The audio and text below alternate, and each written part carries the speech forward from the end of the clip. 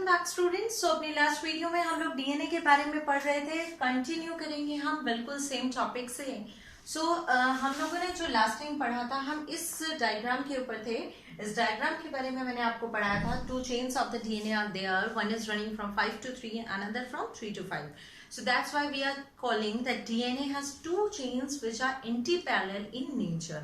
Meaning आपको बताया था, बड़ा इंपॉर्टेंट क्वेश्चन है। 5 प्राइम एंड का मतलब है free phosphate group is there and 3 prime end का मतलब है free OH group is there. ठीक है, ये बात आपको जरूर याद रखनी है। बॉन्ड्स में आपको सारे बता चुकी हूँ। अब इन्हीं को फर्दर करते हैं। अब बात करते हैं वाटसन एंड क्रिक ने कैसे इन चीजों को अरेंज किया था और किस तरीके का एक मॉडल दिया था विल्किंस और फ्रैंकलिन के एक्सरे डिफ्रैक्शन पैटर्न से जो है इन्फ्लुएंस होके। तो देखिए, एक तो ना ये जो डायग्राम है उसको बड़े तरीके से आपको बनाना है। ये है डीएनए की एक चेन और डीएनए की दूसरी चेन इसके साथ अरेंज्ड है। अच्छा, अब मिस्टेक सुनिए। डायग्राम बनाते टाइम बहुत सारे बच्चे ये मिस्टेक करते हैं। इस डायग्राम में और इस डायग्राम में बहुत डिफरेंस है। जब मैं इसको पढ़ाना शुरू करूंगी तो आप उसको कंपेयर करिएगा और जानिएगा। सबसे पहली बात, हमने कहा 2 चेन है और दोनों चेन एंटी पैरेलल है। तो एक चेन को अगर मैं 5 से शुरू करूंगी तो दूसरे को मुझे 3 से शुरू करना है। 5 से शुरू करके इसके अपोजिट एंड को आप देखिए, ऑब्वियसली बात है, इट इज 3 प्राइम। ये 3 प्राइम है तो इसका मतलब ये हुआ 5 प्राइम। 2 चेन हो गए और दोनों एंटी पैरेलल, नो डाउट।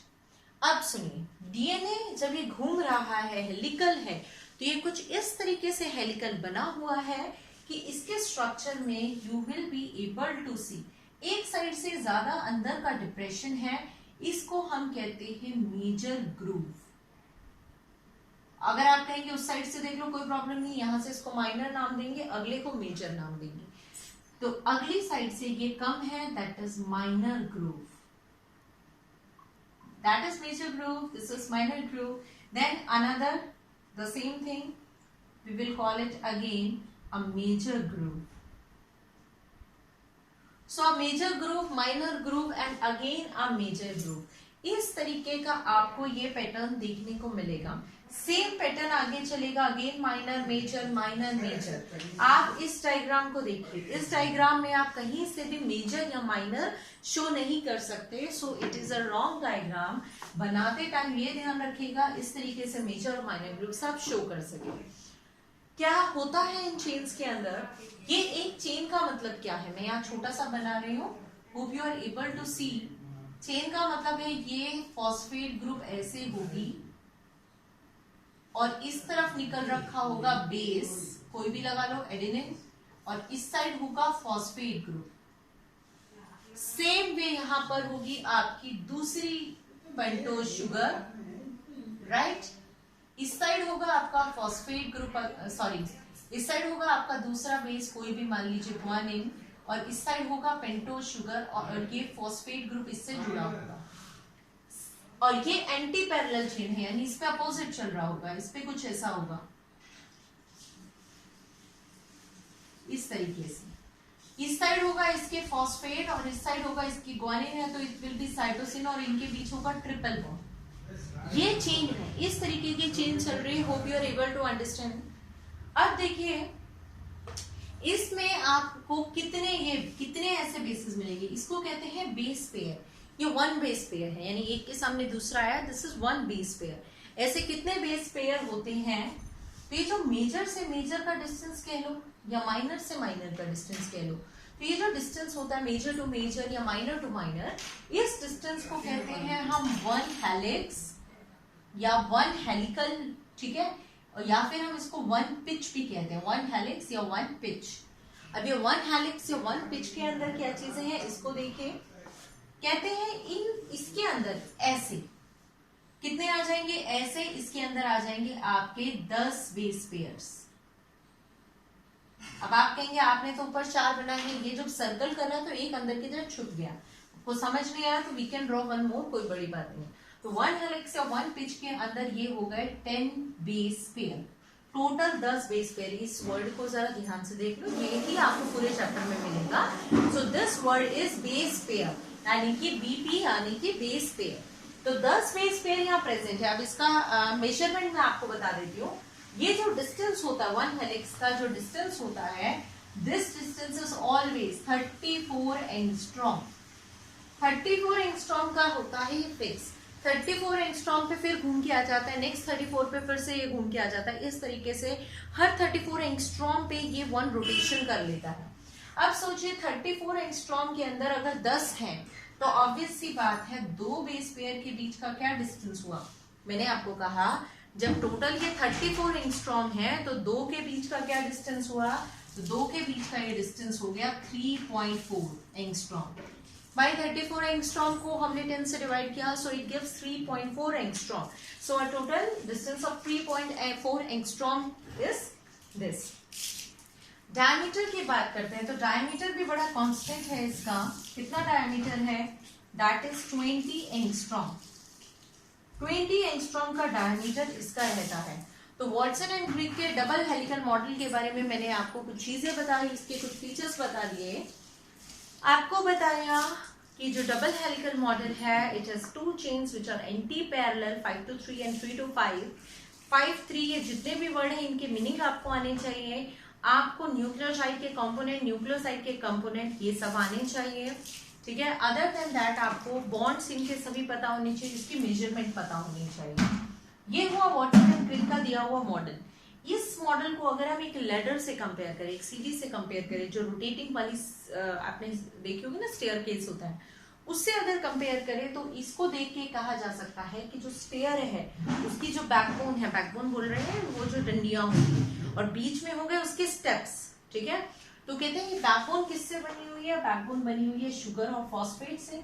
ये तो बैकबोन बना है। और स्टेयर्स किससे बनी हुई है, स्टेयर्स बनी है बेस पेयर से। तो याद रखना, अगर हम इसको एक लेटर से कंपेयर करते हैं, ये क्वेश्चन भी पूछा जाता है, तो आपकी शुगर एंड फॉस्फेट, ठीक है, शुगर एंड फॉस्फेट ये क्या बनाती है, ये बनाती है बैकबोन ऑफ लेडर। लेडर की बैकबोन इससे बनी है।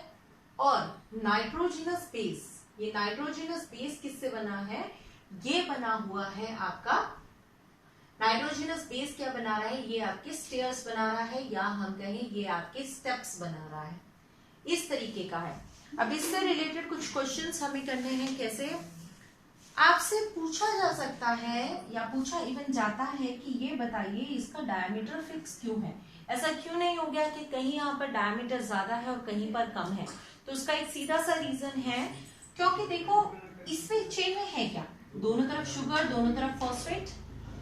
रही बात बेस की, जो अलग अलग हो सकते हैं, बट अगर प्यूरिन आता है तो उसके सामने पायरिमिडीन आ जाता है। प्यूरिन बड़ा है साइज में, पायरिमिडीन छोटा है।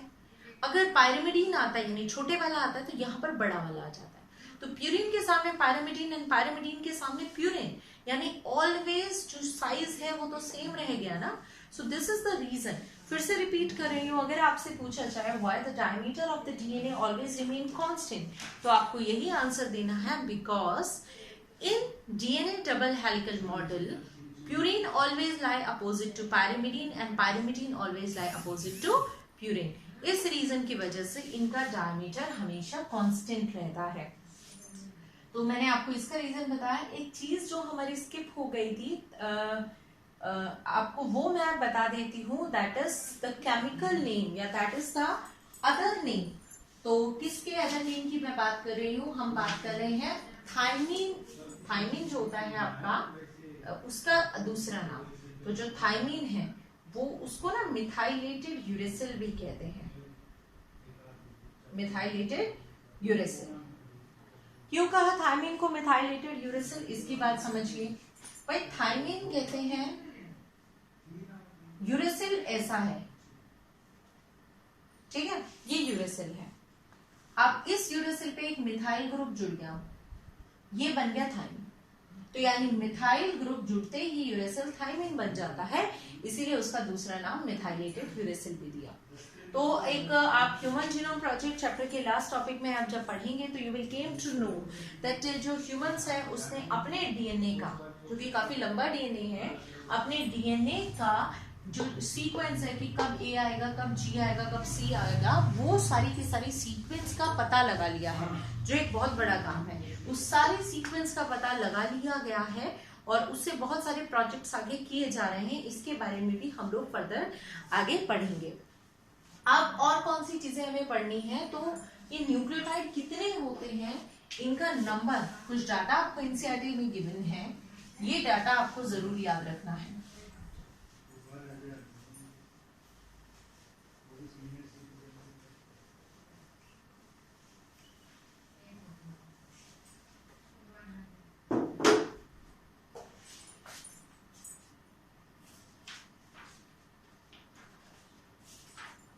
तो देखिए कौन से गिवन डाटा की मैं बात कर रही हूं आपसे।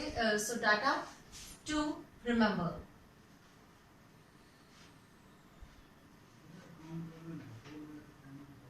क्या बताया, कह रहे हैं एक बैक्टीरियोफेज की बात करें। बैक्टीरियोफेज क्या होता है? बैक्टीरियोफेज एक वायरस है जो बैक्टीरिया को इन्फेक्ट करता है, उस वायरस को हम बैक्टीरियोफेज बोलते हैं। बैक्टीरियोफेज में टोटल कौन सा, कई बैक्टीरियोफेज होते हैं। अगर हम साय174 की बात करें तो इसके अंदर होते हैं टोटल 5, 3, 8, 6 न्यूक्लियोटाइड। इतने सारे न्यूक्लियोटाइड होते हैं इसके अंदर, 5386 न्यूक्लियोटाइड्स की चेन होती है ये लंबी। अगर हम दूसरे बैक्टीरियोफेज की बात करें, कौन सा, लैम्डा, ये और भी बड़ा है, 48502 न्यूक्लियोटाइड, इतना लंबा इसका डीएनए है। अब बात करते हैं हम लोग ई कोलाई, जो कि बैक्टीरिया है, शीरिया कोलाई, जिसके अंदर 4.6 इंटू 10 की पावर 6 बेस पेयर। ये ई कोलाई के अंदर न्यूक्लियोटाइड की सीक्वेंस है, आपको याद रखनी है। ह्यूमन की अगर हम बात करें, ह्यूमन के अगर मैं हैप्लॉइड कंटेंट की बात करूं, यानी कि सिर्फ हम हर क्रोमोसोम का सिंगल पार्ट लेते हैं, तो अगर सिंगल पार्ट लेते हैं तो इट विल बिकम 3.3 इंटू 10 की power 9 base pair. So this is the content of human, a haploid content of human।